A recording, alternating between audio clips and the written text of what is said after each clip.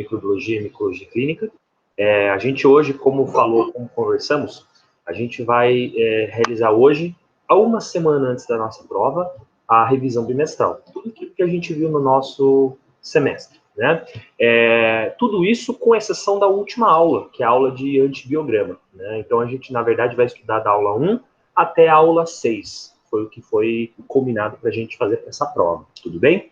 A nossa prova ela vai ter 10 questões, certo, pessoal? 10 questões objetivas, quer dizer, 10 questões de múltipla escolha, né? E ela vai ficar disponibilizada um determinado tempo. Você vai ter aproximadamente 3 horas para fazer a sua prova, tudo bem? Isso vai estar disponível lá no dia da nossa prova, que é a próxima quinta-feira, tudo bem? A gente agora vai iniciar, então, a nossa revisão. Por favor, se você tiver alguma dúvida, pergunte pelo campo de texto ou você pergunta, né, para o professor via o áudio mesmo, né? Então, eu vou colocar para a gente iniciar as nossas slides.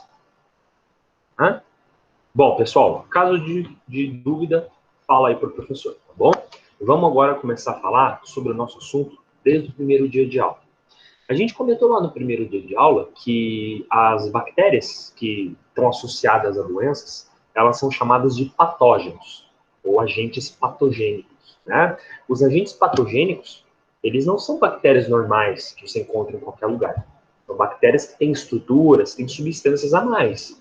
Essas substâncias que garantem a capacidade de causar doença, né? E existe um estado que a gente conversou no primeiro dia de aula, que é chamado de infecção. A infecção é uma doença iniciada por agentes patogênicos. Ela é um fenômeno bem claro, né? Quando você tem, por exemplo, a entrada de um agente patogênico, o teu corpo ele tenta combater e ele manifesta alguns sinais, como, por exemplo, febre. Quando uma pessoa tem febre, ou seja, aumento da temperatura, um elevado acentuação da temperatura, né? Certamente você tem uma infecção. 99% dos casos se trata de um agente patogênico, né? Você também pode ter uma inflamação ou dor no local, né? Dependendo do sistema que foi afetado. Algumas bactérias são capazes de iniciar o aparecimento de pus. O pus é um material purulento, nada mais é do que resto de células de defesa com bactéria, né? E outros tipos de sinais, como diarreia, cansaço, tosse, tudo depende do sítio que foi afetado, da região que foi afetada. Tá? A gente conversou também no primeiro dia de aula sobre algumas formas de transmissão de doenças. Existem algumas formas de transmissão de doenças que são bem claras, né? Por exemplo, algumas doenças que você adquire por contato direto. O agente, ele fica em contato com você e você é capaz de transmitir para outra pessoa com contato. Olha o coronavírus aí. Né? A gente toda hora está tendo que passar álcool gel na mão para não transferir o vírus que ficou no teu corpo para outra pessoa.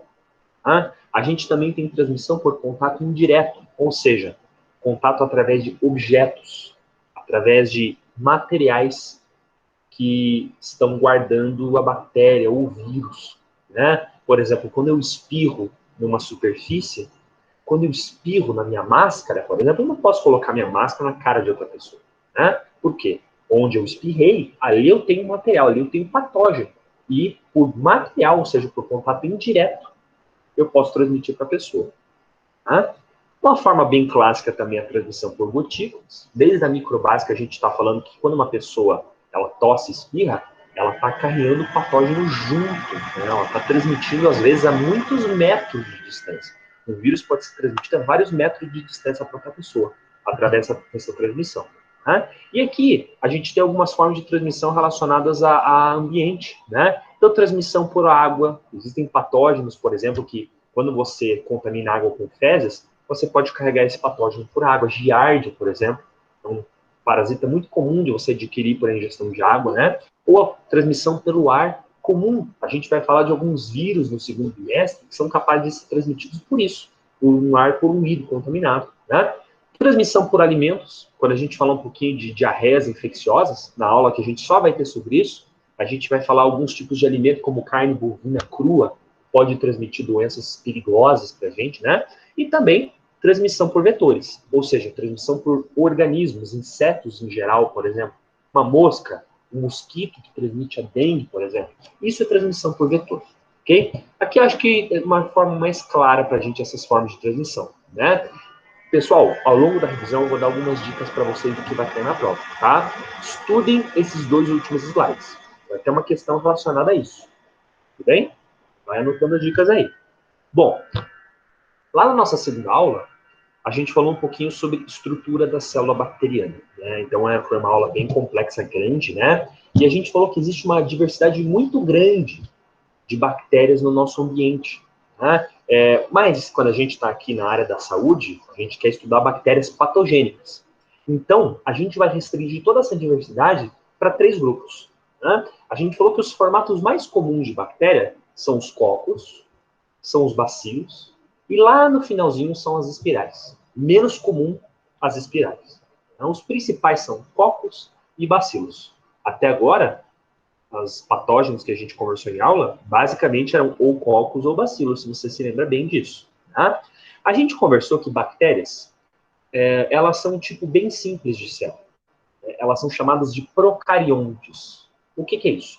Procariontes é um tipo de célula simples, foi o primeiro tipo de célula que surgiu, e ela não tem todos os apetrechos, ela não tem todas as estruturas que a gente encontra numa célula moderna, como a nossa, por exemplo, que é o carionte. As bactérias, por serem então procariontes, elas têm uma diversidade muito grande, e elas conseguem se multiplicar muito. Tá? Bom, aqui a gente tem uma foto mostrando para a gente alguns cocos e bacilos que a gente tem em um punhado de solo, por exemplo. Né?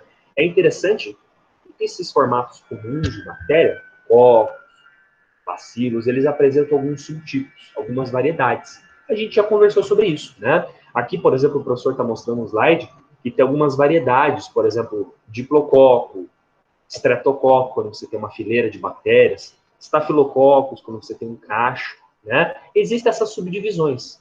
Uma espécie, por exemplo, chamada Staphylococcus aureus, né? Ela tem esse formato de cacho de uva.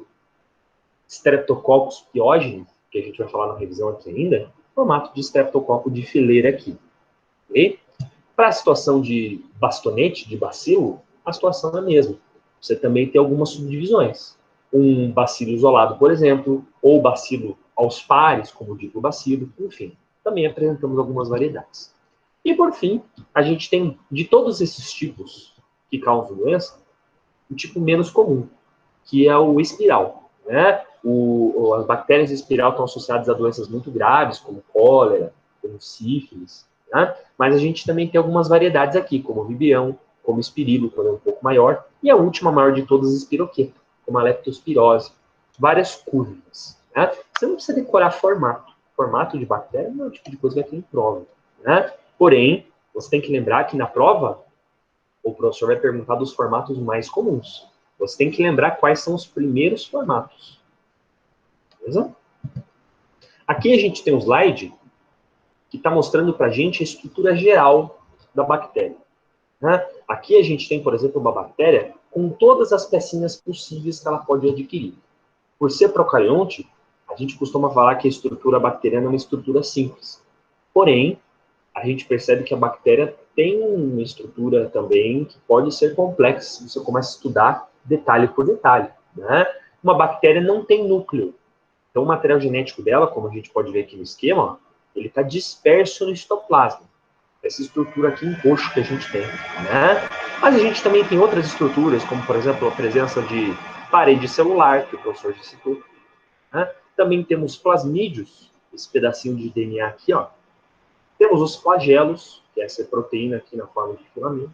Né? E a gente tem todos esses pelos aqui, ao redor da bactéria, são os pilos, ou as fímbrias. Né? Cada uma delas tem um papel na minha bactéria. É o que a gente vai conversar agora, no próximo momento. Né? O professor falou nessa aula 2 que o que distingue uma bactéria ser perigosa ou não são os fatores de virulência que ela tem. O que são os fatores de virulência? Virulência são as proteínas, são as estruturas que uma bactéria é capaz de produzir e que ajudam ela a causar doença. Como o próprio slide está falando, são as armas que os micróbios têm. Então, uma bactéria que você imagina que seja bem perigosa, por exemplo, Salmonella, ou, por exemplo, Staphylococcus aureus, né, são bactérias que têm vários fatores de virulência, ou seja, armas que ajudam ela a sobreviver. Podem ser enzimas, podem ser proteínas de estrutura, enfim. São substâncias que fazem parte do seu metabolismo. Né? E agora a gente começa a falar um pouquinho sobre as principais estruturas que a gente encontra na célula bacteriana. A gente não podia deixar de lembrar aqui para a nossa revisão da parede celular. A parede celular é uma camada de proteínas bem complexas, chamadas peptídeo-glicano, que envolvem a célula bacteriana. É a parte mais externa da bactéria. Ela que vai dar o formato, a rigidez, né? Aqui a gente tem uma informação importante. Existe uma importância clínica muito grande da parede celular, porque a gente já falou bastante aqui nas nossas aulas que a gente tem uma classificação de 2 tipos de parede celular. Dependendo do tipo de parede celular que a bactéria tem, ela vai ter uma susceptibilidade a antibiótico diferente entre si. Okay? A gente, por exemplo, falou que existe uma técnica que você pode classificar o tipo de parede celular que uma bactéria apresenta. A gente tem o time das bactérias gram-positivas, elas ficam roxas no final da coloração, e a gente tem o time das bactérias gram-negativas, que ficam rosa no final da coloração. Você acaba descobrindo que tipo de bactéria se trata quando você faz a coloração de gram. É uma coloração muito usada no laboratório de micro. Né? A gente pode ver aqui uma tabela que está resumindo bem as diferenças entre gram-positivos e gram-negativos.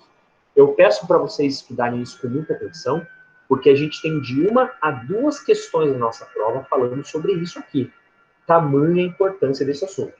Outra dica para vocês. Né? Olha só, a gente tem uma tabela aqui que está mostrando para a gente que as gram-positivas, elas são bactérias que têm uma parede celular maior, ou seja, tem uma concentração grande desses peptídeo-glicanos. As gram-positivas, elas também têm ácidos teicoicos, são substâncias que a gente usa para diferenciar entre os tipos de gram-positivo. Tá? A parede da gram-positiva não é tão complexa assim. A gente tem uma complexidade maior quando a gente analisa a parede da gram-negativa. A gram-negativa, ela tem uma concentração pequena de peptídeo-glicano. Em resumo, em outras palavras, a parede celular dela é fina. Porém, existe algo muito importante para você lembrar para a prova. As gram-negativas, elas têm o que a gente chama de membrana externa. Algo que a gente já comentou algumas vezes aqui nas nossas aulas. A membrana externa é uma camada adicional que a gram-negativa tem e que lá dentro dessa camada adicional você tem uma concentração de enzimas que fazem ela sobreviver a antibióticos, a outras substâncias degradantes. Aqui que a gente escreveu, ó, periplasma. É um gel que se encontra na membrana externa, recheado com enzimas de virulência, enzimas de resistência a antibióticos. Isso torna, teoricamente, as gram-negativas mais difíceis de serem tratadas. Na teoria, a maior parte das gram-negativas apresentam uma dificuldade maior de tratamento. Foi inclusive a pergunta de um aluno aqui, né, na nossa última aula, que a gente estava falando de resistência. Certo, pessoal? Além disso, né, a gram-negativa também tem uma molécula chamada de LPS. É uma sigla de lipopolissacarídeo. O lipopolissacarídeo é uma molécula que é uma toxina, na verdade, que caindo na corrente circulatória pode causar febre alta, choque, né, e outros grandes problemas para a gente. Né? No geral, então, essas são as grandes diferenças. Né? Pessoal, estudem com carinho isso aqui, tá? Como o professor já falou. Né? No citoplasma da bactéria, a gente também tem outras estruturas que são muito relevantes. Primeiro, você tem que lembrar que, como a bactéria é procarionte, ela não tem núcleo. Então, o material da bactéria ele está disperso pelo nosso citoplasma. Né? O material genético dele está boiando ali no citoplasma. Porém, não é só isso. Né? As bactérias têm uma grande concentração de ribossomos porque elas precisam produzir proteínas para ela. Eu acho que de tudo que tem aqui, o mais importante para a gente lembrar é o seguinte.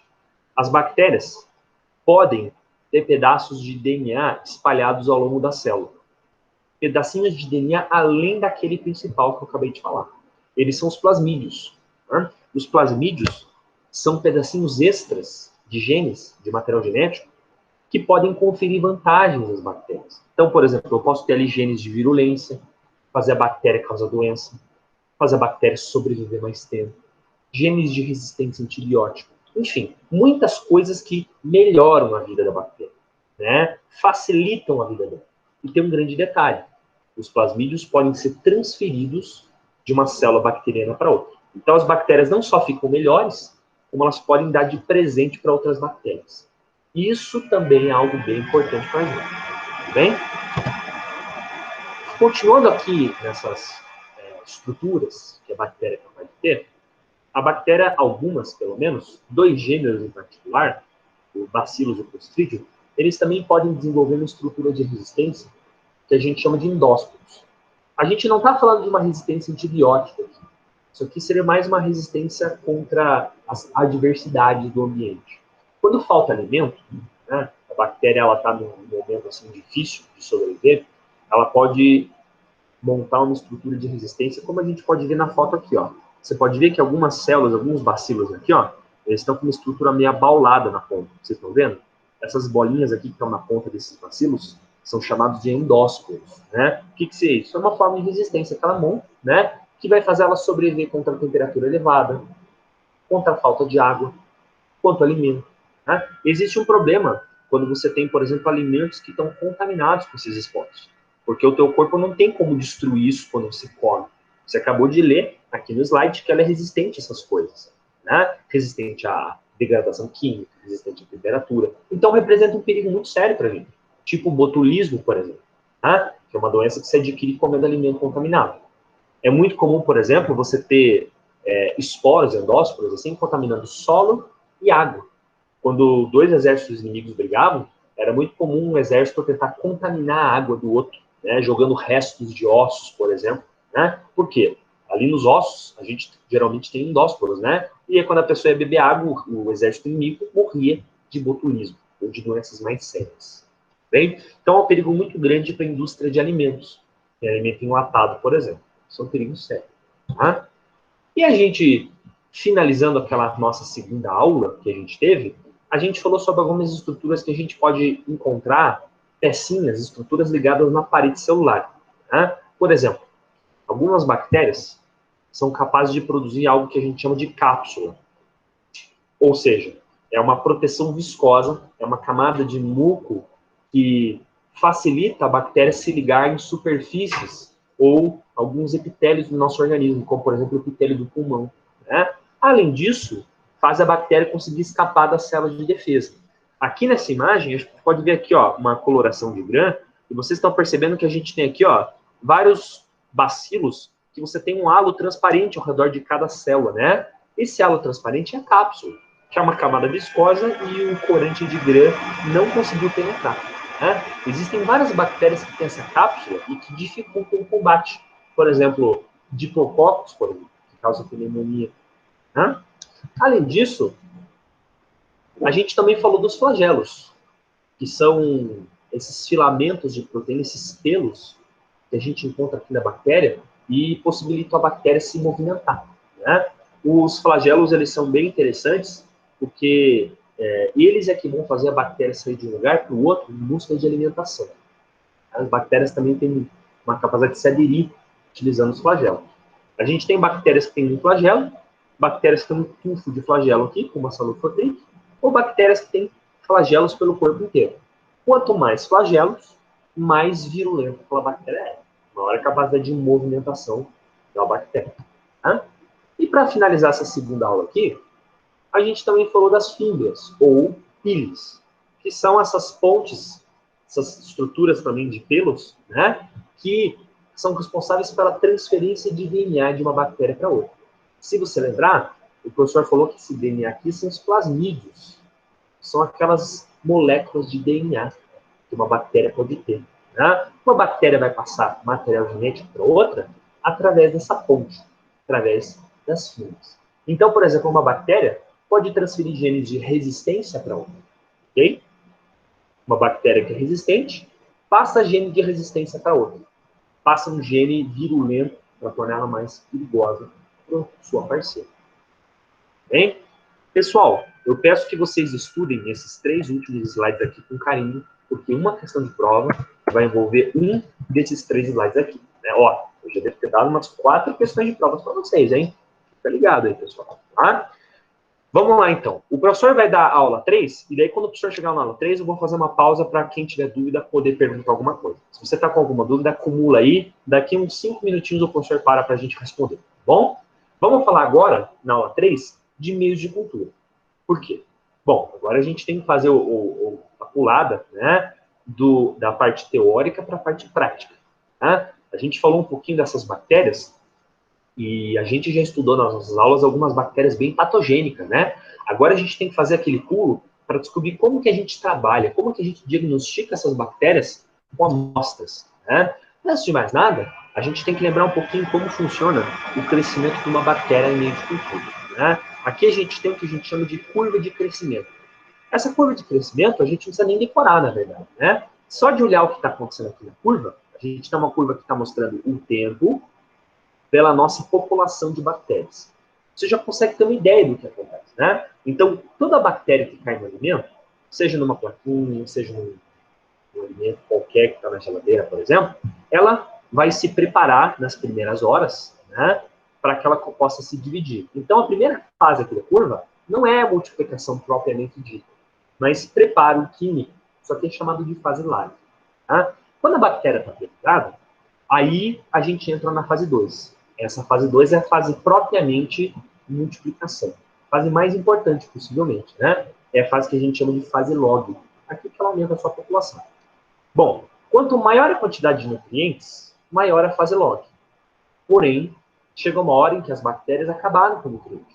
Multiplicou tanto a bactéria que acabou com a comida. Aí a gente entra numa fase, essa fase estacionária aqui, ó, em que, como está acabando o alimento, a quantidade de bactérias que cresce é igual à quantidade de bactérias que morrem. Então a gente iguala a situação. Fase chamada de fase estacionária.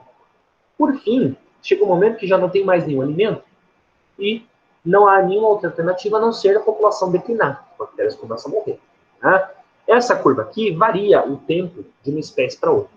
Mas, no geral, essa curva, com essa rampa, aí tem um platô, e daí tem essa caída, geralmente é assim que a gente tem para a espécie em geral. Né? Bom, aqui a gente mostra um pouquinho o principal tipo de meio de cultura que a gente tem para cultivo de bactérias. A gente está falando aqui de um meio de cultivo chamado agar. O agar, ele nada mais é do que uma gelatina extraída de uma alga, o agar-agar, né? E essa gelatina, ela tem uma superfície sólida e a gente pode incrementar vários tipos de nutriente. A gente pode enriquecer essa gelatina de várias formas, colocando sangue de carneiro, colocando sal biliar, colocando caldo de carne, enfim, muitas coisas para que eu torne isso aqui atrativo para o crescimento da bactéria. A gente evoluiu tanto nos últimos anos para cá, que hoje nós temos aqueles meios de cultura que a gente pode usar só para isolar um tipo de bactéria. Né? Você coloca um nutriente ali que é específico para só um grupo de bactérias que você gostaria de ver se cresce. Né? Aqui a gente tem essa divisão que o professor falou. A gente tem hoje meios que a gente chama de meios genéricos, onde cada coisa cresce ali normalmente, qualquer coisa cresce ali, até esses meios seletivos. O meio seletivo é um meio que vai ter um tipo de nutriente ou um inibidor específico que só um grupo de bactérias vai crescer ali. Né? Aqui, por exemplo, o professor colocou HXLD. O HXLD é um exemplo. Né? A gente tem sal biliar. Naquele agar, só vão crescer bactérias gram-negativas. Bactéria gram-positiva não cresce. Né? Mas a gente também tem outros agars, que a gente chama de diferenciais. Né? Aqui, por exemplo, o agar diferencial é aquele agar que não é que impede que as bactérias cresçam. Não, as bactérias crescem ali de qualquer jeito. Porém, o agar facilita eu identificar que tipo de bactéria eu tenho. Por exemplo, a gente já falou várias vezes aqui em aula que o agar de sangue ele pode diferenciar os tipos de streptococcus que eu tenho. Esses streptococcus aqui, ó, eles são beta-hemolíticos, ou seja, eles quebram totalmente o sangue, então eu consigo ver esse halo transparente. Outros, eles já têm um halo mais clarinho, mais esverdeado, já são alfa-hemolíticos. Ok? Eu consigo diferenciar isso. Tudo bem? Existem outros agares que eles são, além de seletivos, diferenciais. Então ele faz esse trabalho duplo.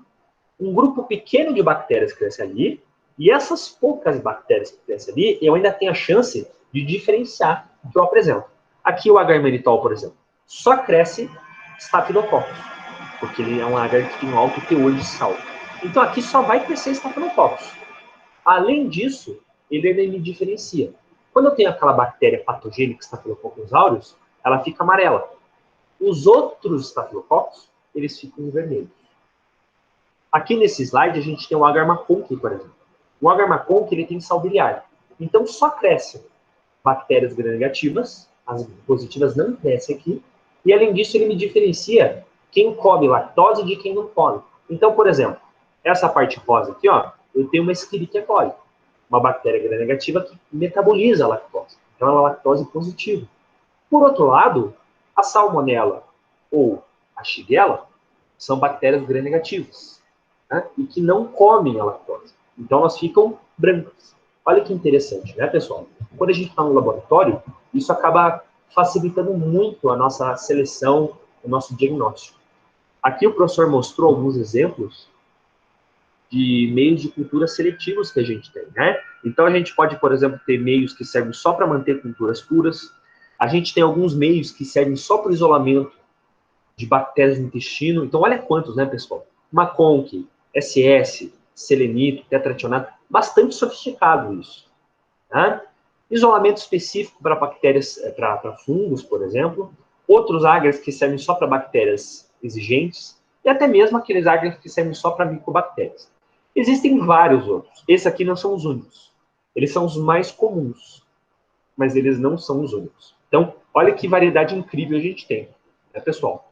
E no finalzinho dessa aula 3 aqui, o professor comentou um pouquinho sobre alguns tipos de técnicas que a gente tem para reduzir o controle de bactérias. Porque na microclínica, o nosso interesse não é só crescer bactérias. A gente também tem interesse em aprender como controlar bactérias, né? E no nosso ambiente, a gente pode contaminar o nosso superfície de uma mesa, o nosso quarto de cirurgia, por exemplo, de várias formas, né? E a gente tem dois procedimentos que são muito importantes para a gente lembrar. Primeiro, a gente tem um procedimento de controle de bactérias que ele é eficiente, mas ele não é absoluto, que é chamado de desinfecção, né? A desinfecção é quando você utiliza uma substância química que vai matar a maior parte das bactérias, porém não todas, né? E isso relacionado às superfícies. E a gente tem aquele método que é chamado de esterilização. A esterilização é um processo absoluto de controle de bactérias. Ela mata qualquer forma de vida bacteriana, inclusive aquelas formas de resistência que são endóspores, né? Geralmente, a esterilização, a gente realiza ela com calor, por exemplo, utilizando uma autoclave, ou com algumas substâncias químicas, como formaldeído, por exemplo, né? Glutaraldeído, clorexidina, né? Já a desinfecção, nós utilizamos substâncias químicas um pouco menos potentes, como o álcool 70, por exemplo, né? É muito importante a gente usar álcool 70 em superfícies, nas nossas mãos, mas a gente tem que lembrar que a gente não está fazendo uma esterilização aqui, certo? A gente está fazendo uma desinfecção. Nem todas as bactérias morrem, mas as bactérias que precisam morrer, essas sim morrem, né? O próprio coronavírus morre ao utilizar o álcool 70, o álcool gel, né? Bom, aqui eu faço uma pausa para perguntar para vocês se alguém tem alguma dúvida. A gente falou que na nossa prova vão cair 6 aulas, né? A última aula, que é a aula de antibiograma, essa aula não vai cair, né? Não é que o professor não vai perguntar de resistência, mas não vai cair aquela aula, aqueles slides que o professor passou na aula de semana passada. Então vai cair somente até a aula número 6. Baseado nisso, eu pergunto para vocês até agora, alguém tem alguma dúvida? Tudo tranquilo até o momento? Até agora sim, professor. Então, beleza, né? Se você tem alguma dúvida de alguma outra coisa, não deixe acumular dúvida, tá? Pode perguntar, pode interromper o professor, tá bom? Então, vamos mandar bala aí, né, pessoal? Vamos continuar essa nossa revisão. A gente agora parou na aula 4, né? A aula 4 eu senti que foi uma aula muito pesada, uma aula que a gente teve que falar de muitas coisas, né? De coleta, de transporte, de processamento de amostras, né? Na verdade, a aula 4, ela não é uma aula que vai ser uma aula que por si só vai acabar ali. A gente vai repetir o conteúdo da aula 4 em muitas aulas quando a gente começar a revisitar os assuntos, como a gente já fez com a infecção urinária, né? Então aqui a gente tem, por exemplo, esse slide que mostra para a gente as etapas que ocorrem no laboratório de análises clínicas, né? A gente tem aqui, por exemplo, esse slide mostrando para a gente que uma pesquisa foi feita que a fase pré-analítica, ou seja, a fase de recepção e de identificação das amostras, é a fase do laboratório em que mais ocorrem erros. Ou seja, a maior parte dos erros ao você analisar uma amostra bacteriana, ela está lá no comecinho, na coleta, no transporte e na identificação. Tá? Então, a gente tem que pensar como que a gente tem que fazer para coletar e transportar essas amostras. Isso é muito importante para evitar o erro. Tá?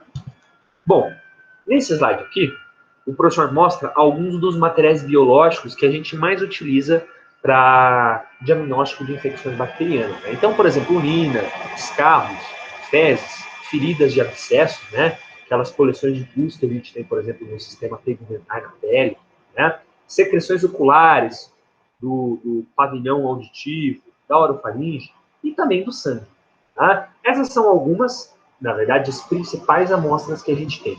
Né?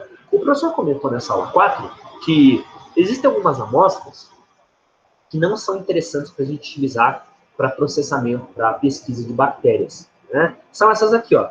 Amostras de queimadura, úlceras de decúbito, né, que são as escaras, né? Abscesso perivital, lesão de gangrena, em outras palavras, a gente não pode pegar suave de regiões que são contaminadas, que têm contaminantes, né? São materiais que geralmente têm contaminantes de outras regiões, né? Por exemplo, uma pessoa que está em decúbito, ela acaba tendo uma contaminação ali da superfície que ela estava deitada. Uma queimadura, por exemplo, ela é um sítio que tem muita infecção do ambiente, né? Então você acha que está pegando uma amostra fidedigna? Ah, não. Você está pegando ali isolado e tem muitas bactérias que não têm importância, né? Nesses casos, quando você precisa pegar essas amostras, recomenda-se que você faça o quê? Uma biópsia, um aspirado. Utilizando uma agulha fina, você vai fazer uma aspiração desse conteúdo, né? Para você tentar pegar apenas o agente, ok?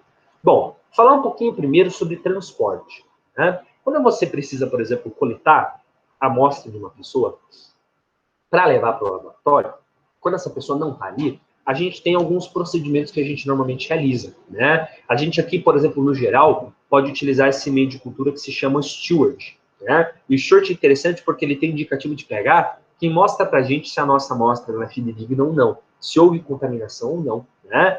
Geralmente a gente utiliza para secreções em geral. Então a gente coleta ali com água, fecha nesse frasquinho e leva para o laboratório. Outro meio que a gente costuma utilizar é o meio de Kerry Blair. O meio de Kerry Blair é um meio interessante porque ele vai ter ali uma solução fisiológica com eletrólitos voltados para bactérias do intestino. Então, infecções entéricas. Né? Esse copinho, por exemplo, que acaba tendo esses eletrólitos que são mais interessantes para a bactéria não morrer. E, por fim, a gente também tem esse meio de Amis, que é esse que tem esse frasquinho, por exemplo, com uma tampa de alumínio. Né? A gente falou que alguns tipos de bactéria são bactérias que não gostam de oxigênio. Quando você tem, por exemplo, uma doença que você desconfia de ter uma bactéria anaeróbica, bactéria que não suporta oxigênio, tipo, por exemplo, uma bactéria de doença dental, né, você acaba coletando nesse frasquinho. Esse frasquinho aqui ele impede que a bactéria entre em contato com oxigênio e morra. Enfim, dependendo da situação, você tem um tipo ou outro tipo de meio de transporte. Né? E agora a gente vai falar um pouquinho, rapidamente, né, sobre alguns dos meios de coleta que a gente tem para algumas amostras. Tá? Então, primeiro, falando sobre biocultura. A gente falou que as infecções de urina são dentre as mais comuns no laboratório de bacteriologia. Né? A gente tem algumas técnicas que a gente pode coletar bactérias. Por exemplo, o jato intermediário, que é aquela que a pessoa vai fazer a primeira micção da manhã, né? E ela despreza os 2 primeiros segundos de urina. Depois disso, ela continua coletando no copinho, né? A gente também, para a criancinha, tem um saco coletor, que a criancinha tem um pouco mais de dificuldade de controlar a micção, né? Mas em alguns casos, em que existe complicação, como o cálculo uretral, por exemplo, né? A pessoa tem uma pedrinha na uretra, a gente também pode fazer uma aspiração suprapúbica, uma sonda, que você coleta diretamente da região no pubis, né? Você vai pegar uma agulha bem na altura da bexiga, ok? Bom, a gente vai repetir isso na aula de uricultura, mas é interessante que você leve o mais rápido possível a amostra de urina para o laboratório. Você não pode deixar isso aqui no meio ambiente, porque isso aqui é um caldo de cultura, né? Então, se houver uma bactéria ali, ela vai crescer, vai se proliferar, e muitas vezes uma cistite que parece uma cistite inicial acaba se tornando uma cistite muito séria, porque a pessoa vai olhar aqui no microscópio e vai ver uma carga muito grande de bactérias. Né? Então, você tem que saber o estado clínico da amostra. Tá? Então, aqui, é ideal que você, mais rápido possível, faça a semeadura disso. né? O professor comentou alguns dos meios mais comuns que a gente tem de semear em urina, né? O agar-Cled, por exemplo, que tem eletrólitos que impedem contaminantes, bactérias que não me interessam muito, né? E o agar-Maconque. Lembra que o agar-Maconque é aquele agar que a gente utiliza para bactérias do intestino, né? Lembra que as bactérias do intestino são as maiores causas de infecção do sistema urinário, como a gente vai relembrar daqui a pouco na revisão. E também tem o agar cromogênico, que apesar de ser mais caro, ele consegue, pela cor, diferenciar que tipo de bactéria a gente tem. Ok? Bom, o professor também comentou de outros tipos de líquidos, né? Líquidos que normalmente a gente não poderia ter nenhuma bactéria, como, por exemplo, o líquido que banha o sistema nervoso, a medula espinhal, o líquido que banha as nossas articulações, como, por exemplo, articular, o líquido que banha a nossa cavidade abdominal, a cítico, né? Esses líquidos, quando você faz a coleta deles, com uma seringa, uma aspiração, por exemplo, né? Você também tem que levar rapidamente para o laboratório. Normalmente, a gente utiliza agares que são ricos, como, por exemplo, o agar-sangue e o agar-chocolate, né? As bactérias que costumam causar essas doenças, geralmente estão envolvidas com Neisseria, hemófilos, né? São bactérias que crescem bem nesses agares, ok? Quando a gente fala de secreção genital, existem meios apropriados para a gente fazer a coleta desse material. Existem suaves específicos. Não é aquele suave grande que a gente normalmente tem para secreção, né? É um suave um pouco menorzinho, que inclusive a foto mostra aqui, ó. A gente pode até colocar na uretra do homem, por exemplo, ou na uretra da mulher, né? Nesse caso aqui, a gente tem que lembrar que quando há caso de secreção, um corrimento, por exemplo, a gente não coleta o corrimento inicial, porque esse corrimento, como o professor já falou, ele está contaminado com as bactérias daquele local. O ideal é que você tenha ali do sítio mais interno, né? Então, você pode coletar também a secreção purulenta, né? De preferência pela manhã. Qual agar utiliza aqui? Os mesmos agares, sangue ou agar-chocolate. Né? Bom, e a gente também falou de hemocultura. Né? Lembra que o sangue, pessoal, é um material estéril. Não é para ter nada no nosso sangue. Quando você tem uma bactéria no sangue, porque a bactéria invadiu do intestino, o resto do teu organismo, né, quando você inoculou de alguma forma, um acidente, que um objeto perfurou teu braço, etc., né, você pode ter ali uma bactéria que invade teu sangue. Isso nunca é algo leve, sempre é algo perigoso. Né? Nesse caso, a gente tem frascos específicos para a gente fazer ali a coleta do nosso sangue. Esses frascos aqui, ó, são frascos chamados frascos de hemocultura. Né? A gente tem meios de automatização, máquinas, para ler o crescimento dessas bactérias. Geralmente, essas máquinas automatizadas, elas fazem uma leitura em questão de horas, né? Porque uma infecção de sangue, na hemocultura, não pode esperar tanto tempo assim. É algo muito sério, né? Bom, chegando já no final dessa aula 4, né, a gente também falou um pouquinho sobre cultura de fezes. Né? O senhor falou que infecções do intestino são muito comuns também. Tá? Nesse caso aqui, é interessante que quando você tem que coletar fezes, você colete material geralmente igual ou superior a uma azeitona grande. Né? Se a amostra for líquida, diarreica, por exemplo, coletar aí de 2 a 3 ml. Né? Lembra que existe um meio específico, que é o Kerry Blair, que geralmente mantém bem as bactérias no intestino, né? Isso aqui você também tem que levar rápido para o laboratório, né? Que meio que você vai utilizar? Bom, o professor na aula 3 mostrou ali que tem muitos meios de cultura, né? Os principais são o meio Maconque, o meio Rectum, o XLD, o SS, tá? Você não vai precisar decorar nomes de meio de cultura, tá, pessoal? Porém, o senhor não vai ser aqui mentiroso, né? Existem alguns meios de cultura, sim, que são muito famosos, como, por exemplo, o agar-sangue e o agar-Maconque, que você tem que ir para a prova sabendo que são. O senhor não vai mentir. Não vai cair meios loucos, meios que vocês nunca viram pessoalmente. Mas o agar-sangue e o agar-Maconque, que a gente começou desde a aula microbásica, esse a gente vai perguntar um pouquinho, tá? Então vai para a aula conhecendo um pouquinho o que é agar-sangue, o que é agar-Maconque, tá bom? Eu vi que alguém perguntou alguma coisa. Como o senhor está em modo de apresentação, o senhor lê depois a pergunta, tá bom? Vamos para a aula 5, tá, pessoal?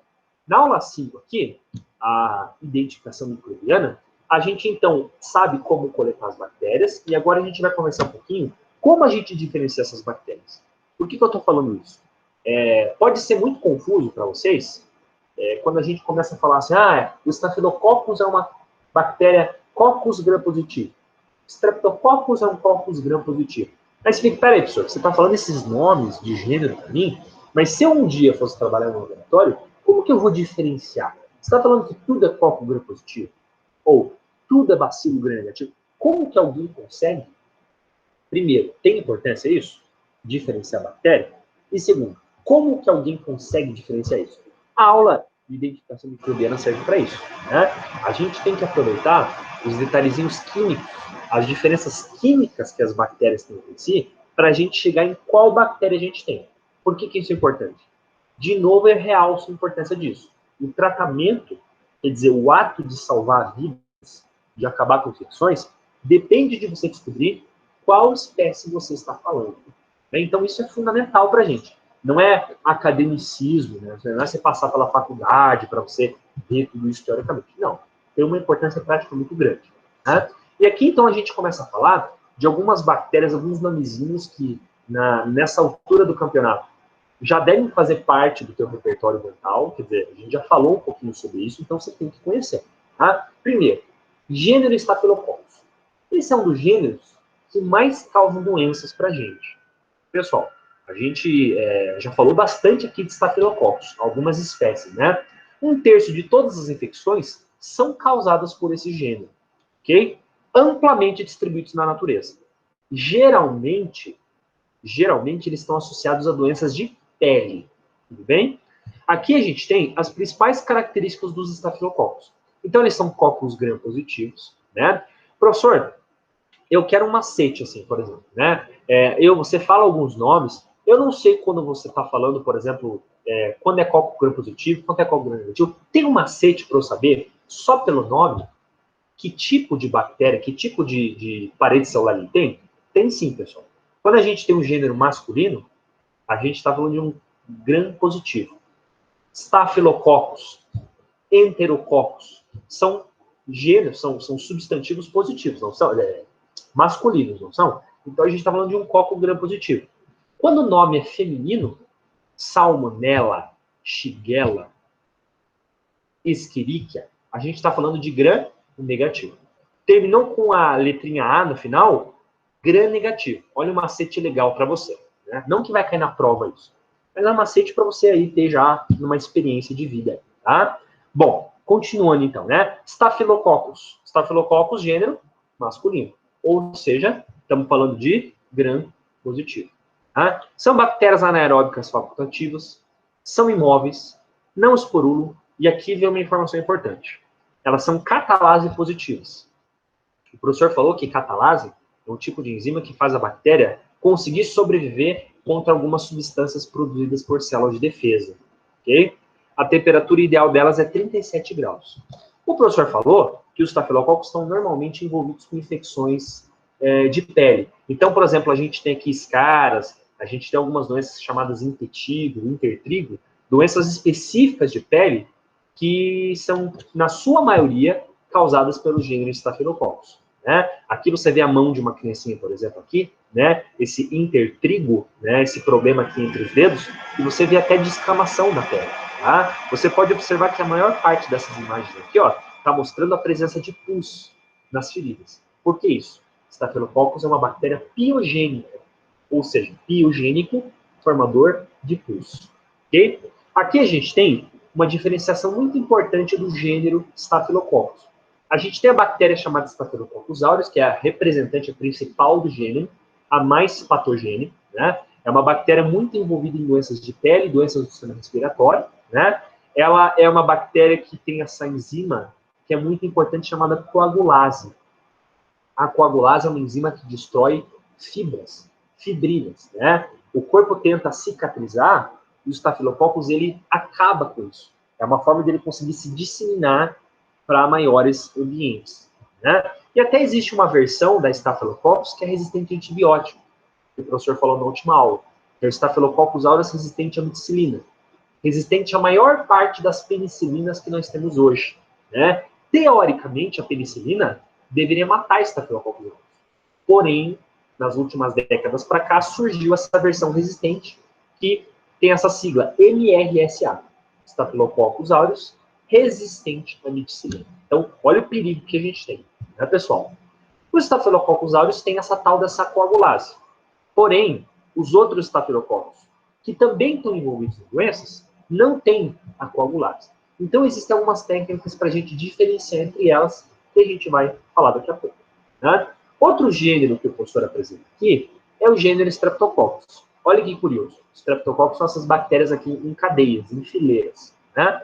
Os Streptococcus, se você observar essas características gerais aqui, ó, eles são praticamente idênticos à descrição do Staphylococcus. Ou seja, cocos gram-positivos, anaeróbios facultativos, ou seja, cresce na presença ou ausência de oxigênio que ele faz, são imóveis, não esporum, praticamente tudo é igual. Porém, a gente tem um detalhe importante aqui. São catalase negativos. Aquela enzima que destrói as substâncias produzidas por células de defesa, nesse caso aqui, não existe. Então, os Staphylococcus são catalase positivos, Streptococcus catalase negativos. Ok? Bom, além disso, os Streptococcus também produzem uma substância chamada hemolisina. Isso aqui não deve ser uma novidade para você. Lembra que o professor falou que no agar-sangue a gente consegue diferenciar os Streptococcus na sua capacidade de destruir células do sangue, né? Quem faz isso? Essa enzima, hemolisina. Hemo, sangue e lisina, quebra. Ok? Os Streptococcus estão geralmente envolvidos em doenças do sistema respiratório. Por exemplo, faringite, né? Infecções aqui da orofaringe e também pneumonias. Né? Quando a gente fala de Streptococcus, a gente tem que lembrar que existem algumas espécies que causam doenças. Né? Existem algumas classificações que a gente pode usar baseado na capacidade, então, do Streptococcus de destruir o sangue. A gente pode usar o agar-sangue, então, pessoal, para que a gente consiga discernir qual tipo de hemólise, ou seja, qual espécie de Streptococcus eu tenho. A gente tem, por exemplo, aquelas bactérias que conseguem destruir totalmente o sangue. São as bactérias beta-hemolíticas. Quando você olha no sangue, uma bactéria beta-hemolítica, ela causou a lise, ela causou a quebra total das células do sangue. Você olha, por exemplo, e você tem uma colônia totalmente transparente. Acabou com o sangue naquela região. Outras bactérias, elas destroem o sangue, mas não totalmente. Ou seja, essas bactérias aqui são alfa-hemolíticas, elas deixam o sangue com um aspecto meio esverdeado. Elas quebram parcialmente o sangue.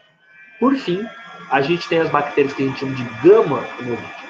Bactérias que a gente não tem quebra, elas não deixam o agar transparente. Né? Aqui, por exemplo, a gente tem a bactéria mais relevante do gênero, a Streptococcus pyogenes. Né? Piógene do latim gerador de pus. Então, veja como essas bactérias estão envolvidas com o aparecimento de pus, como o professor falou. Né? Streptococcus pyogenes é uma bactéria beta-hemolítica. Ou seja, quando você semeia ela no agar-sangue, ela vai ficar aqui com essas auras transparentes. Né? Lise total do sangue. Streptococcus pyogenes geralmente está envolvida com infecções de garganta, faringite, né? São aquelas placas de pus que a gente consegue ver na orofaringe de criancinhas, por exemplo. Né? Existem outras, como Streptococcus agalactiae, que é uma beta ou gama, ou seja, ou destrói ou não destrói. Ela tem o potencial de causar meningite em crianças, por exemplo. Tá? E existe um terceiro gênero de coco gram-positivo, que é o Enterococcus. É uma bactéria que ela está presente na nossa microbiota do intestino, né? E ela também tem um papel muito relevante nas infecções de urina e também nas infecções sistêmicas.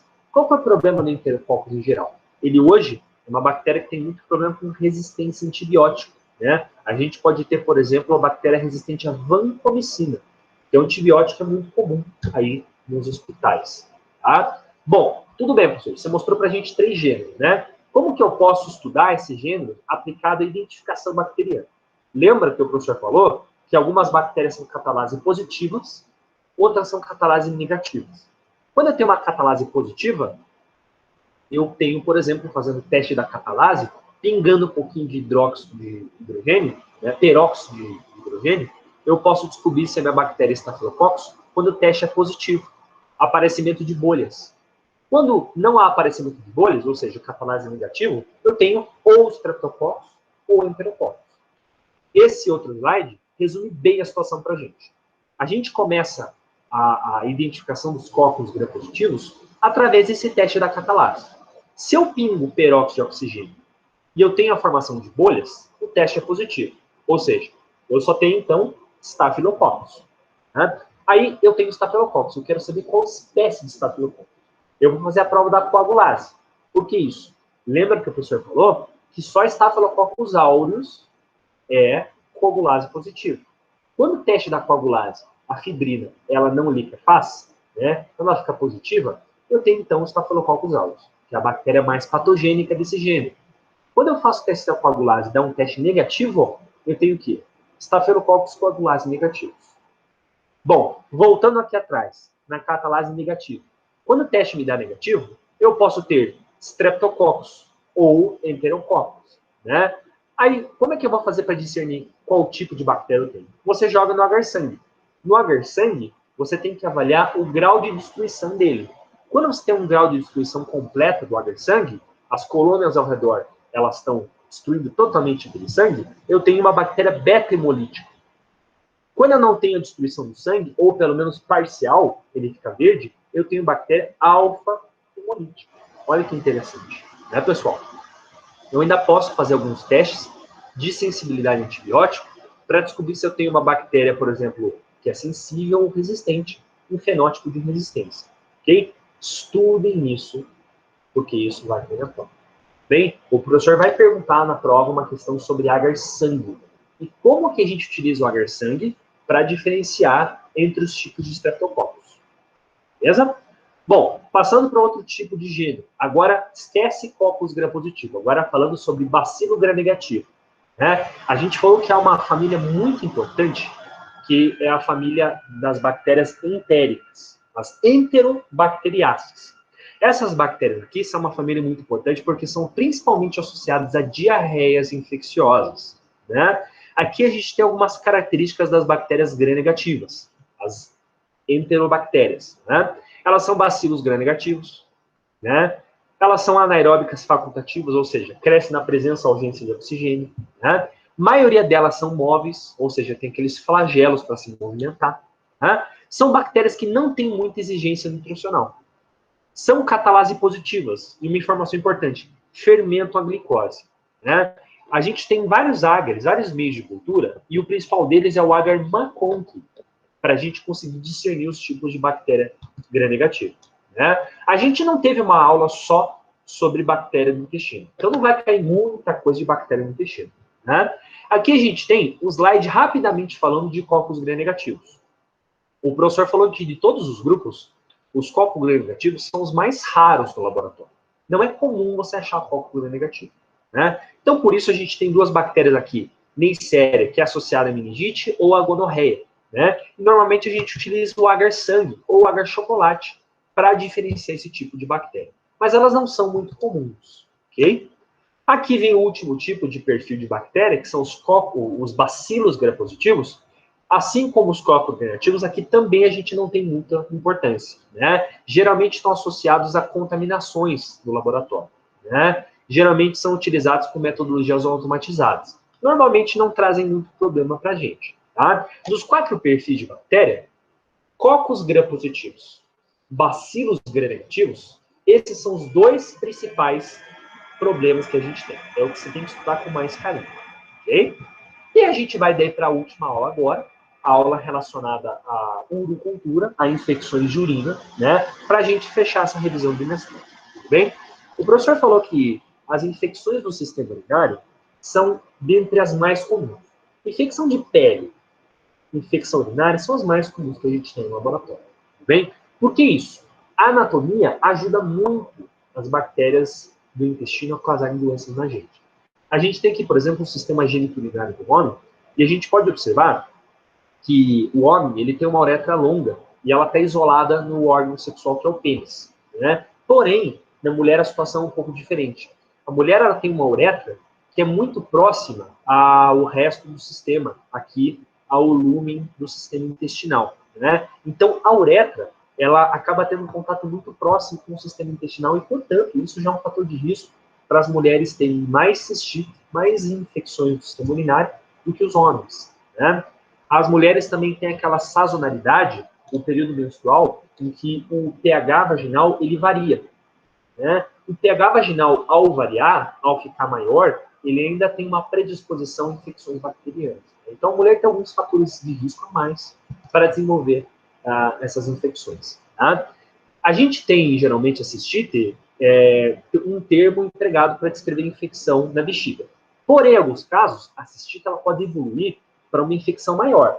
Uma infecção, por exemplo, que acomete os rins também. Né? Aí a gente já vai falar sobre isso daqui a pouco. Tá? Boa parte dos casos, a gente está falando de uma cistite, uma infecção que não é muito complicada. É uma infecção, por exemplo, que você tem ali um envolvimento de bactérias no intestino, como Escherichia coli. Tá? Geralmente, nesses casos, você deve ter um acompanhamento médico, mas você não precisa fazer, por exemplo, uma consulta de cultura, né? Uma pesquisa de sensibilidade, geralmente o tratamento empírico. Porém, em alguns casos, a pessoa, por exemplo, já está tentando tratar cistite há um tempo, a pessoa tem falha terapêutica, né? Nesse caso, a pessoa tem uma cistite complicada. Nesse caso aqui, a gente pode ter outros agentes além de Escherichia coli, outras enterobactérias, e até mesmo alguns cocos gram-positivos, como Staphylococcus, Staphylococcus. Né? Geralmente, o tratamento descomplicado é realizado com cefalexina, nitrofurantoína. Para complicada, geralmente a gente faz cultura, testes de antibiograma. Né? Mais de 80% das infecções, então, são relacionadas a Escherichia coli. Pessoal, isso é pergunta de prova. Provavelmente a pergunta mais fácil que vai ter na prova. Não pode errar isso, tá? Na maior parte dos casos, Escherichia coli é o agente envolvido na infecção de urina. Tudo bem?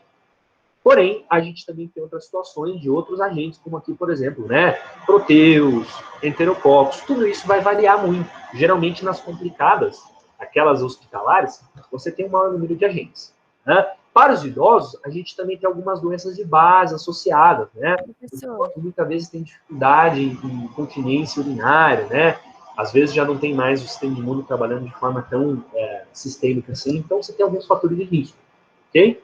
Quando a gente fala de cistite, então, o meio que é bastante utilizado é o meio Maconk, como o professor falou. Meio Maconk é um meio que normalmente a gente utiliza para isolamento de bactérias no intestino. Porém, você tem que lembrar que existem outros meios, como, por exemplo, aquele cromogênico que o professor falou. Tá?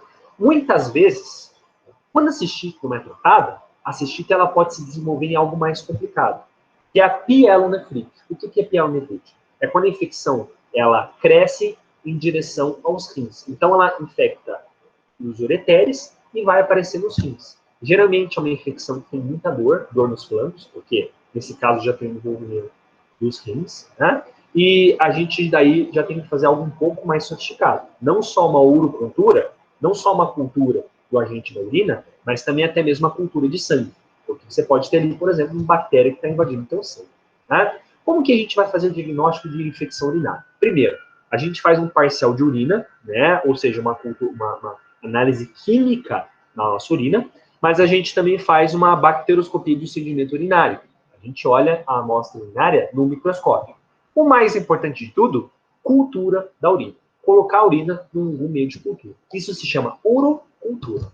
Né? Aqui a gente mostra o parcial de urina, é quando a gente vai fazer uma análise físico-química da minha urina. A gente tem, por exemplo, esses kits, né, que a gente chama de dipstick, essas fitinhas que a gente mergulha na amostra, por exemplo, para a gente descobrir como está a densidade, presença de células do sangue, presença de proteínas. É muito importante que você avalie se existe alguma presença de urina, de células, né? A turbidez da urina. Lembra que a urina tem que ser uma urina amarelo clara, translúcida, certo? Se você tem uma urina turva, uma urina escura, isso já mostra que físico-quimicamente essa urina pode ter alguma alteração ali, talvez alguma infecção. Tá? Aqui a gente mostra, por exemplo, uma bacteroscopia do sedimento urinário, quando você observa a presença de bacilos gram-negativos, isso já é muito suspeito da pessoa ter uma infecção de urina. São os principais agentes, como a gente acabou de falar. Né? E, por fim, a gente também tem a cultura. Né? Lembra que quando você vai fazer a semeadura, né, você vai colocar ali a urina, geralmente com uma pipeta automática. Né? Se você tiver a presença de 100 mil unidades por ml, ou seja, a presença de 100 mil unidades bacterianas, você já tem uma pessoa clinicamente positiva para assistir. Ou seja, 10 elevado a 5 ou superior. 100 mil unidades bacterianas ou superior. Certo, pessoal? E, finalmente, para a gente fechar aqui essa revisão trimestral, a gente fala sobre alguns meios de cultura que a gente utiliza para a urocultura.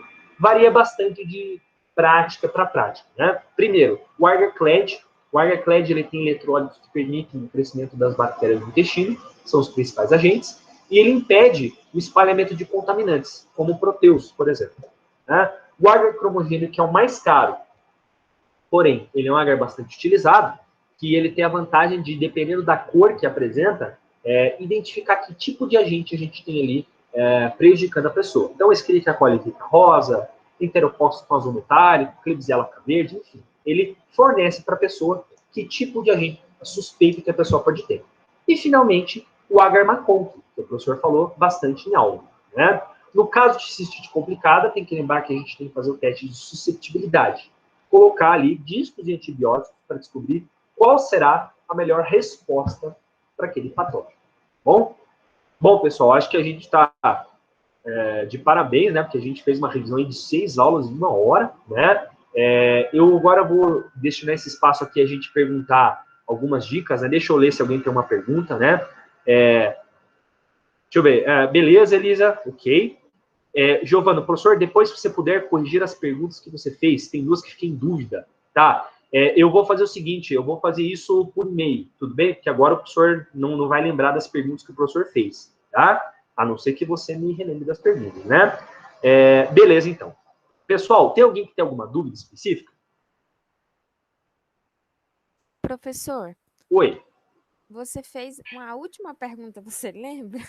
Que você não foi pergunta, você disse assim, pessoal, vocês têm que lembrar disso daqui. Daí, bem na hora que você falou, no meu PC ficou bem baixinho, eu não consegui escutar. Que momento que foi esse? Foi agora no finalzinho, né, professor, que a maior parte das infecções é pelo Escherichia coli, que nós não podemos esquecer disso. Muito bom. Isso aí. Escherichia coli. Principal 80... agente envolvido em infecções urinárias. Escherichia coli. Essa foi uma das dicas que se deu, que falou que a gente não pode esquecer.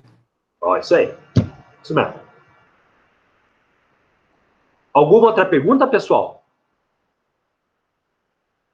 Beleza. Estudem com carinho, né? Lembrem, reassistam a live, se for necessário, para você ver as dicas, né? E façam uma ótima prova, tudo bem? Aline, tem uma pergunta? Sim. Só uma coisinha rápida.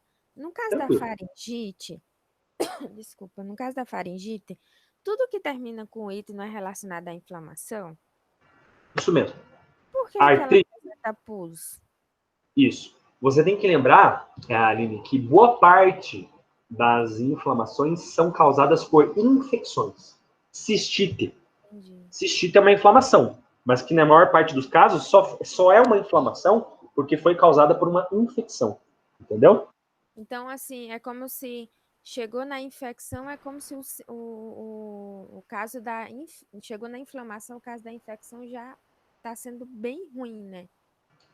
Depende bastante, né? Depende bastante. Quando a gente fala de doenças, a gente tem casos de casos. Por exemplo, quando você faz a cistite, por exemplo, a urocultura, às vezes tem uma cruz, presença de bactérias, uma cruz, 2 cruzes, né? Tudo depende do caso a caso, né? Nem toda infecção ela é tão séria assim, tudo bem? Tudo vai depender do sinal clínico da pessoa, quantidade de bactérias envolvidas, né? Por isso que é sempre importante a gente ter um acompanhamento de saúde técnico, né? Clínico.